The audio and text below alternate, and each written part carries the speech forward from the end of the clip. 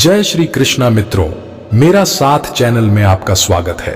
दोस्तों, जब चारों ओर अंधेरा हो, जब दुखों ने तुमको घेरा हो, तुम कृष्ण का दीप जला लेना, सब हाल कृष्ण को सुना देना। चाहे कितना भी बदल जाए जमाने का चलन, हमने कभी झूठ से सच्चाई को हारते नहीं देखा है। जब भक्ति और विश्वास अधिक हो जाते हैं, तब चमत्कार खुद हो जाते हैं। जो जैसा कर रहा है करने दो। तुम्हारे कृष्ण भगवान ने तुम्हारे लिए तुम्हारी सोच से भी ज्यादा सोच रखा है। जीवन में कुछ भी करो, बस एक बात याद रखना, अगर सत्य का साथ है तो ईश्वर का साथ है। महाभारत युद्ध समाप्त हो चुका था। युद्ध भूमि में यत्र तत्र योद्धाओं के फटे वस्त्र, मुकुट, टूटे शस्त्र, टूटे रथों के चक्के, छज्जे आदि बिखरे हुए थे और वायुमंडल में पसरी हुई थी घोर उदासी।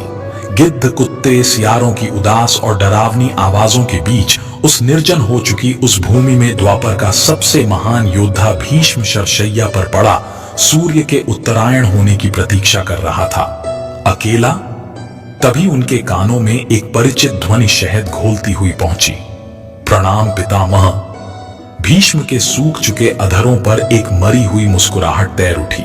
बोले, आओ देवकी नंदन, स्वागत है तुम्हारा। मैं बहुत देर से तुम्हारा ही स्मरण कर रहा था। कृष्ण बोले, क्या कहूं पितामह, अब तो यह भी नहीं पूछ सकता कि कैसे हैं आप। भीष्म चुप रहे। कुछ क्षण बाद बोले, पुत्र युधिष्ठिर का राज्याभिषेक करा चुके केशव, उनका ध्यान रखना। परिवार के बुजुर्गों से रिक्त हो चुके राजप्रसाद में उन्हें अब सबसे अधिक तुम्हारी ही आवश्यकता है। कृष्ण चुप रहे। भीष्म ने पुनः कहा, कुछ पूछूं केशव? बड़े अच्छे समय से आए हो। संभवतः धरा छोड़ने के पूर्व मेरे अनेक भ्रम समाप्त हो जाए। कृष्ण बोले, कहिए ना पितामह, एक बात बताओ प्रभु, तुम तो ईश्वर हो ना? कृष्ण ने बीच में ही टोका, नहीं पितामह, मैं ईश्वर नहीं, मैं तो आपका पौत्र हूं पितामह, ईश्वर नहीं। भीष्म उस घोर पीड़ा में भी ठट्ठा के हंस पड़े। बोले, अपने जीवन का स्वयं कभी आकलन नहीं कर पाया कृष्ण, सो नहीं जानता कि अच्छा रहा या बुरा। पर अब तो इस धरा से जा रहा हूं कन्हैया, अब तो ठगना छोड़ दो। कृष्ण जाने क्यों भीष्म के पास सरक आए और उनका हाथ पकड़कर बोले, कहिए पितामह। भीष्म बोले, एक बात बताओ कन्हैया, इस युद्ध में जो हुआ वो ठीक था क्या? किसकी ओर से पितामह? पांडवों की ओर से? कौरवों के कृत्यों पर चर्चा का तो अब कोई अर्थ ही नहीं कन्हैया। पर क्या पांडवों की ओर से जो हुआ वो सही था? आचार्य द्रोण का वध, दुर्योधन की जंघा के नीचे प्रहार, दुशासन की छाती का चीरा जाना, जयद्रथ के साथ हुआ छल, निहत्थे कर्ण का वध, सब ठीक था क्या? यह सब उचित था क्या? इसका उत्तर मैं कैसे दे सकता हूं पितामह? इसका उत्तर तो उन्हें देना चाहिए जिन्होंने यह किया। उत्तर दें दुर्योधन का वध करने वाले भीम, उत्तर दें कर्ण और जयद्रथ का वध करने वाले अर्जुन। मैं तो इस युद्ध में कहीं था ही नहीं पितामह। अभी भी छलना नहीं छोड़ोगे कृष्ण? अरे विश्व भले कहता रहे कि महाभारत को अर्जुन और भीम ने जीता है, पर मैं जानता हूं कन्हैया कि यह तुम्हारी और केवल तुम्हारी विजय है। मैं तो उत्तर तुम्ही से पूछूंगा कृष्ण। तो सुनिए पितामह, कुछ बुरा नहीं हुआ, कुछ अनैतिक नहीं हुआ, वही हुआ जो होना चाहिए। ये तुम कह रहे हो केशव? मर्यादा पुरुषोत्तम राम का अवतार कृष्ण कह रहा है। ये छल तो किसी युग में हमारे सनातन संस्कारों का अंग नहीं रहा, फिर यह उचित कैसे गया? इतिहास से शिक्षा ली जाती है पितामह, पर निर्णय वर्तमान की परिस्थितियों के आधार पर लेना पड़ता है। हर युग अपने तर्कों और अपनी आवश्यकता के आधार पर अपना नायक चुनता है। राम त्रेता युग के नायक थे, मेरे भाग में द्वापर आया था। हम दोनों का निर्णय एक सा नहीं हो सकता पितामह। नहीं समझ पाया कृष्ण, तनिक समझाओ तो। राम और कृष्ण की परिस्थितियों में बहुत अंतर है पितामह। राम के युग में खलनायक भी रावण जैसा शिवभक्त होता था। तब रावण जैसी नकारात्मक शक्ति के परिवार में भी विभीषण जैसे संत हुआ करते थे। तब बाली जैसे खलनायक के परिवार में भी तारा जैसी विदुषी स्त्रियां और अंगद जैसे सज्जन पुत्र होते थे। उस युग में खलनायक भी धर्म का ज्ञान रखता था, इसलिए राम ने उनके साथ कहीं छल नहीं किया। किंतु मेरे युग के भाग में कंस, जरासंध, दुर्योधन, दुशासन, शकुनी, जयद्रथ जैसे घोर पापी आए हैं। उनकी समाप्ति के लिए हर छल उचित है पितामह। पाप का अंत आवश्यक है पितामह, वह चाहे जिस विधि से हो। तो क्या तुम्हारे इन निर्णयों से गलत परंपराएं नहीं प्रारंभ होंगी केशव? क्या भविष्य तुम्हारे इन छलों का अनुसरण नहीं करेगा? और यदि करेगा तो क्या यह उचित होगा? भविष्य तो इससे भी अधिक नकारात्मक आ रहा है पितामह। कलयुग में तो इतने से भी काम नहीं चलेगा। वहां मनुष्य को कृष्ण से भी अधिक कठोर होना होगा, नहीं तो धर्म समाप्त हो जाएगा। जब क्रूर और अनैतिक शक्तियां सत्य एवं धर्म का समूल नाश करने के लिए आक्रमण कर रही हों, तो नैतिकता अर्थहीन हो जाती है पितामह। तब महत्वपूर्ण होती है विजय, केवल विजय। भविष्य को यह सीखना ही होगा पितामह। क्या धर्म का भी नाश हो सकता है केशव? और यदि धर्म का नाश होना ही है तो क्या मनुष्य इसे रोक सकता है? सब कुछ ईश्वर के भरोसे छोड़ डच कर बैठना मूर्खता होती है पितामह। ईश्वर स्वयं कुछ नहीं करता, केवल मार्गदर्शन करता है। सब मनुष्य को ही स्वयं करना पड़ता है। आप मुझे भी ईश्वर कहते हैं ना? तो बताइए ना पितामह, मैंने स्वयं इस युद्ध में कुछ किया क्या? सब पांडवों को ही करना पड़ा ना? यही प्रकृति का संविधान है। युद्ध के प्रथम दिन यही तो कहा था मैंने अर्जुन से, यही परम सत्य है। भीष्म अब संतुष्ट लग रहे थे। उनकी आंखें धीरे धीरे बंद होने लगी थीं। उन्होंने कहा, चलो कृष्ण, ये इस धरा पर अंतिम रात्रि है। कल संभवतः चले जाना हो। अपने इस अभागे भक्त पर कृपा करना। कृष्ण ने मन में ही कुछ कहा और भीष्म को प्रणाम कर लौट चले। पर युद्ध भूमि के उस डरावने अंधकार में भविष्य को जीवन का सबसे बड़ा सूत्र मिल चुका था। जब अनैतिक और क्रूर शक्तियां सत्य और धर्म का विनाश करने के लिए आक्रमण कर रही हों, तो नैतिकता का पाठ आत्मघाती होता है। मैं आपसे साहस करने की विनती करता हूं। बहादुर आत्मा भी आपदा को दूर कर सकती है। यदि आप चीजों को बदलना चाहते हैं तो इसके लिए बहादुरी की आवश्यकता है। किसी भी महिला के पास सबसे अच्छी सुरक्षा हो सकती है, वो साहस है। खुशी का रहस्य स्वतंत्रता है और स्वतंत्रता का रहस्य साहस है। अपने डर को अपने पास रखें, लेकिन अपने साहस को दूसरों के साथ साझा करें। साहस हमेशा दहाड़ता नहीं है। कभी कभी साहस दिन के अंत में छोटी आवाज होती है जो कहती है कि मैं कल फिर से कोशिश करूंगा। अगर आप सही हो तो कुछ सही साबित करने की कोशिश ना करो, बस सही बने रहो। गवाही खुद वक्त देगा। मानता हूं मैं तुम्हारी कृपा का हकदार तो नहीं, पर जानता हूं तुमसे बड़ी कोई करुणामयी सरकार नहीं। भगवान के फैसले पर कभी शक मत करना। अगर सजा मिल रही है तो कोई गलती भी अवश्य हुई होगी। हे कृष्ण, और कोई माने या ना माने, मुझको यह विश्वास है जब तक तुम साथ हो सब कुछ मेरे पास है। जिन्हें ज्ञान है उन्हें घमंड कैसा, जिन्हें घमंड है उन्हें ज्ञान कैसा। जितना इंतजार वह आपसे करवा रहा है, समय आने पर वह इतना देगा कि संभाल भी नहीं पाओगे। मित्रता आवश्यक है, संबंध भी आवश्यक है, परंतु जीवन की हर कठिन परिस्थिति यह दर्शाती है कि अकेले रहने की कला का आना भी आवश्यक है। हम बड़े नहीं हैं, हमारे पीछे जो ताकत है वो बड़ी है। व्यर्थ की चिंता एक रोग के समान है जो आपकी आत्मीय शक्ति को क्षीण करती है। हताश न होना सफलता का मूल है और सही परम सुख है।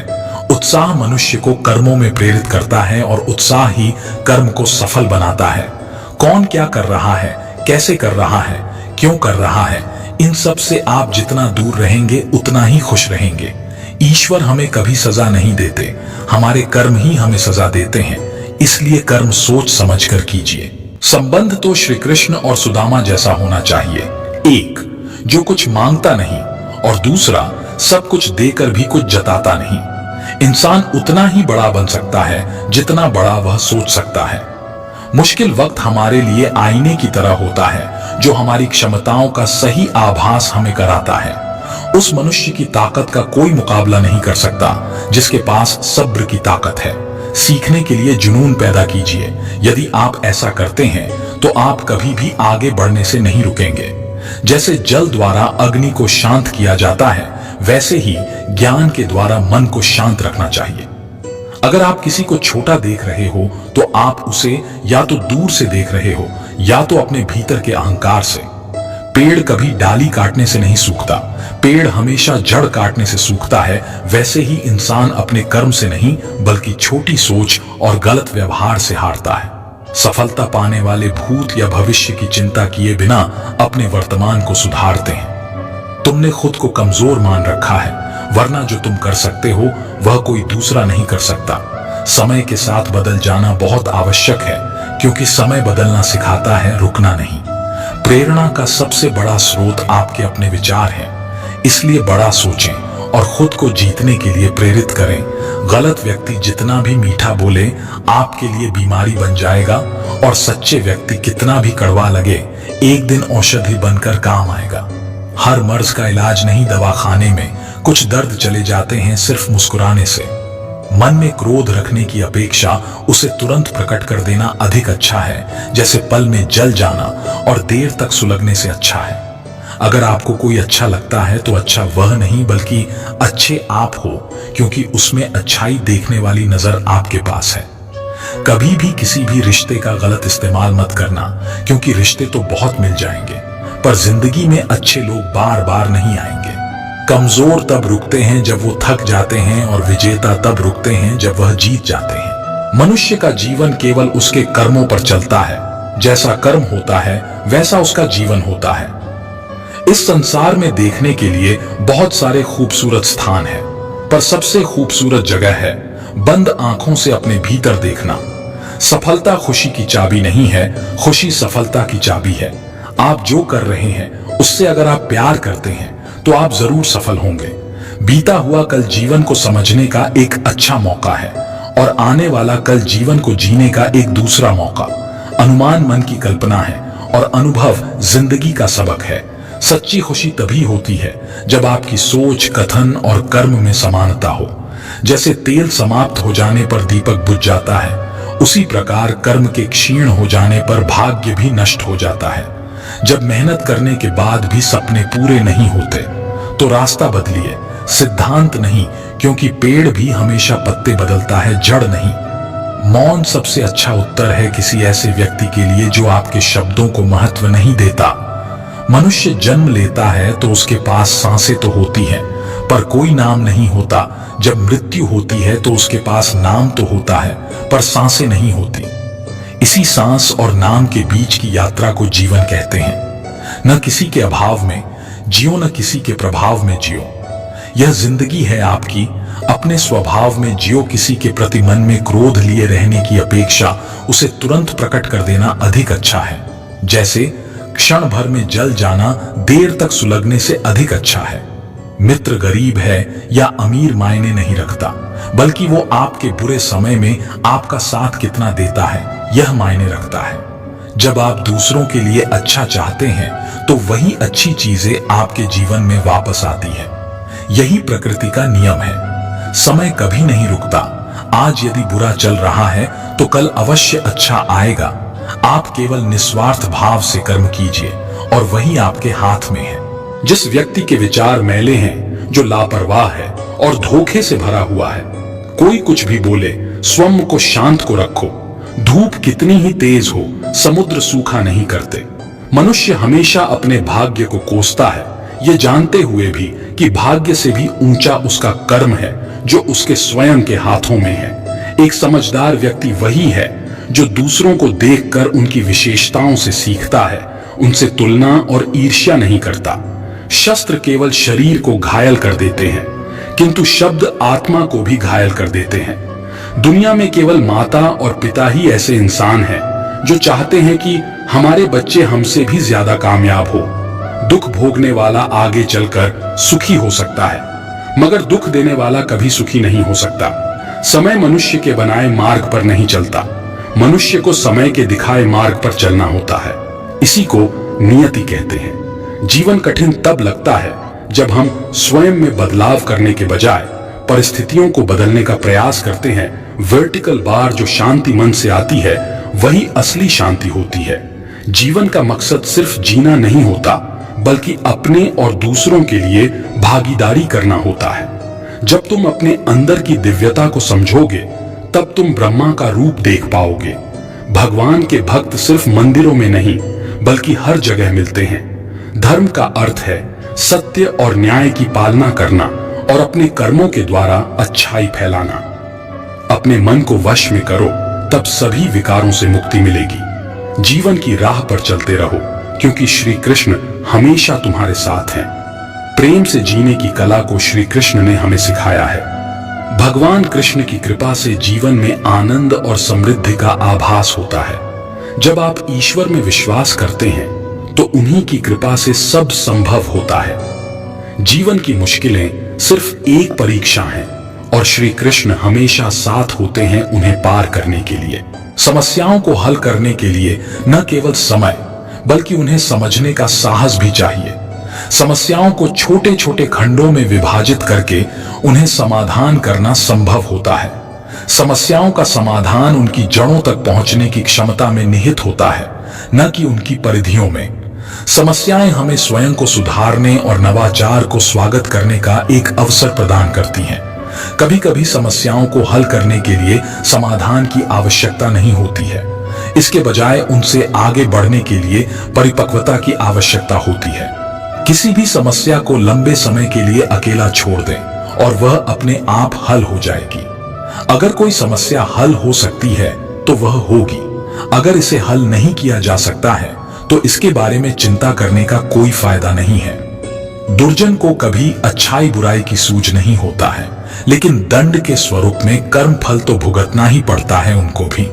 समय हमेशा आगे ही बढ़ता है, कभी पीछे नहीं आता, इसलिए हर एक सेकंड जरूरी होता है। व्यर्थ किया गया समय कभी लौटकर नहीं आएगा आपके पास, इसलिए हर एक सेकंड आप क्वालिटी के साथ बिताएं। समय एक खाली चेक की तरह है, आप उसमें अपने योग्यता के बल, सही विचार और परिश्रम के कलम के साथ जो भी अमाउंट लिखोगे वो आपको अवश्य मिलेगा। अगर आप समस्याओं को बोझ की तरह समझते हैं तो आप हमेशा तनाव से घिरे ही रहेंगे, लेकिन प्रसन्नता के साथ अगर उसका समाधान खोजने के लिए प्रयास करेंगे तो ना आपका तनाव बढ़ेगा, ना प्रॉब्लम बढ़ेगी और समस्या सुलझ जाएगा आसानी से। मुश्किल कोई आन पड़े तो घबराने से क्या होगा, जीने की तरकीब निकालो, मर जाने से क्या होगा। किसी भी मुश्किल को उसके बनाए गए लेवल पर हल नहीं किया जा सकता, उस मुसीबत को उस लेवल से ऊपर उठने पर ही हल किया जा सकता है। दोस्तों, इस वीडियो में बस इतना ही, फिर मिलते हैं अगली वीडियो में। दोस्तों, अगर आपको मेरी वीडियो अच्छी लगी तो कृपया मेरे वीडियो को लाइक और चैनल को सब्सक्राइब करना ना भूलें। जय श्री कृष्णा।